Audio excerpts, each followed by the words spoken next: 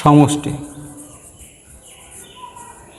Sn সমান n/2 2a plus n minus 1 into D. তো Snটা কি? Snটা হলো আসলে সমষ্টি। n হলো সংখ্যা, কত পদের সমষ্টি আমরা চাবো। আমরা ইতিমধ্যে n এর সংখ্যা জেনেছি, n হলো সংখ্যা, a হলো প্রথম পদ, আর n হলো সংখ্যা, আর d হলো তো কি সাধারণ অন্তর অর্থাৎ পার্থক্য। তো আমরা এটা চিন্তা করি, যদি বলে যে তোমাকে 20তম পদের সমষ্টি নির্ণয় করো, তাহলে তোমরা যদি মনে করো যে আমি 20 পর্যন্ত লিখলাম স্যার, 2 5 8 11, হ্যাঁ 11-র পরে 11-র পরে হবে 14, 14-র পরে হবে 17, এইভাবে 20 পর্যন্ত লিখে তারপরে যদি তুমি যোগ করতে যাও তাহলে একটা বিশাল জায়গা লাগবে, এবং এটা আসলে সঠিক পদ্ধতি নয়। আমরা এই ঘোড়ার ডিম কেন যোগ করতে যাব?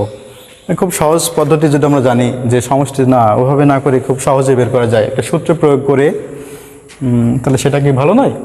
নিশ্চয়ই ভালো। দেখো খুব ইন্টারেস্টিং বিষয়টা, যে কেউ তোমার রেগুলার প্রতিদিন তোমাকে যদি 3 টাকা হারে বাড়াইতে থাকে, অথবা বললো যে প্রতিদিন 1 টাকা করে দিলাম, আজকে 1, কাল 2, তার পরশুদিন 3 এভাবে, তারপরের দিন 4 টাকা, তার 5 টাকা, 6 টাকা, এভাবে 100 দিন দিলাম।